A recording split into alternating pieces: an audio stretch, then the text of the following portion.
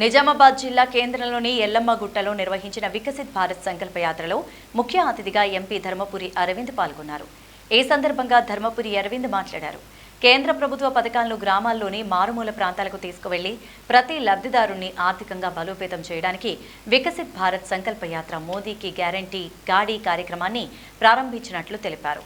రాష్ట్రంలోని ప్రతి ఒక్కరూ కేంద్ర ప్రభుత్వ పథకాలు సద్వినియోగం చేసుకోవాలని, ఈ పథకాలకు ఎటువంటి లిమిటేషన్ లేదని, ఒక కుటుంబంలో ఎంతమందైనా ఎన్ని పథకాలైనా పొందవచ్చన్నారు. కేంద్ర ప్రభుత్వం దేశంలో 4 కోట్ల మంది లబ్ధిదారులకు ఇళ్లు కట్టించి ఇచ్చిందని, ఇంకా ఎవరికైనా ఇళ్లు లేని వారు ఉంటే కేంద్ర ప్రభుత్వ పథకాన్ని ఉపయోగించుకోవాలని సూచించారు. కార్యక్రమంలో municipal commissioner Manda Makarand, municipal floor leader Sravanthi Reddy, municipal deputy floor leader Nyalam Raju, corporator Akula Hemalatha Srinivas, BJP నాయకులు కైజర్, ఆకుల శ్రీనివాస్, బీజేపీ కార్యకర్తలు పాల్గొన్నారు.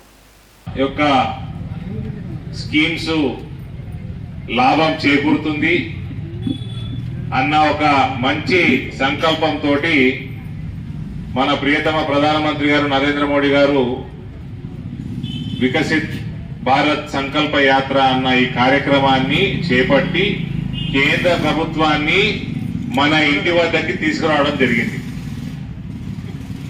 ఈ కార్యక్రమంలో కేంద్ర ప్రభుత్వం యొక్క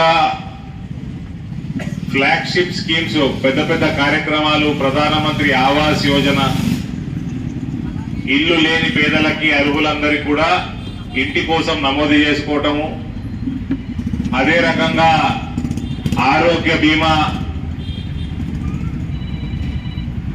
5 లక్షల రూపాయలు ప్రతి సంవత్సరం మనకు ఆరోగ్య బీమా ఆయుష్మాన్ భారత్ పథకంలో మనం నమోదు చేసుకున్నట్టయితే మన జిల్లాలో 25 హాస్పిటల్స్, ప్రైవేట్ హాస్పిటల్స్ కూడా ఈ స్కీమ్ లో నమోదై ఉన్నాయి. ఆ 25 హాస్పిటల్స్ లో ఎక్కడ పోయి ఇలా చేసుకున్నా మనకు 5 లక్షల రూపాయలు కేంద్ర ప్రభుత్వం నుంచి బిల్లు ప్రతి సంవత్సరం కట్టే అవకాశం ఉంటుంది. అదే రకంగా ఉజ్వల యోజన, ఫ్రీ గ్యాస్ కనెక్షన్లు, ఉజ్వల యోజనలో నమోదైన వాళ్ళకి ఎప్పుడు సిలిండర్ తీసుకున్నా 350 రూపాయలు దాని మీద సబ్సిడీ మీ బ్యాంక్ అకౌంట్లకి డైరెక్ట్ గా కేంద్ర ప్రభుత్వం పంపడం జరుగుతుంది. తక్కువ ధరకు సిలిండర్లు వస్తాయి.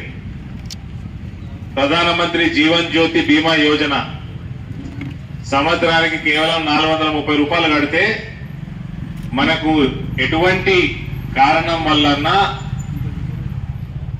ఎవరైనా దురదృష్టవశాత్తు చనిపోతే వాళ్ళకి 2 లక్షల రూపాయల బీమా, జీవిత బీమాని కేంద్ర ప్రభుత్వం ప్రవేశపెట్టింది. ఈ పథకాన్ని కూడా అందరు సద్వినియోగం చేసుకోవాల్సిందిగా కోరుతా ఉన్నా.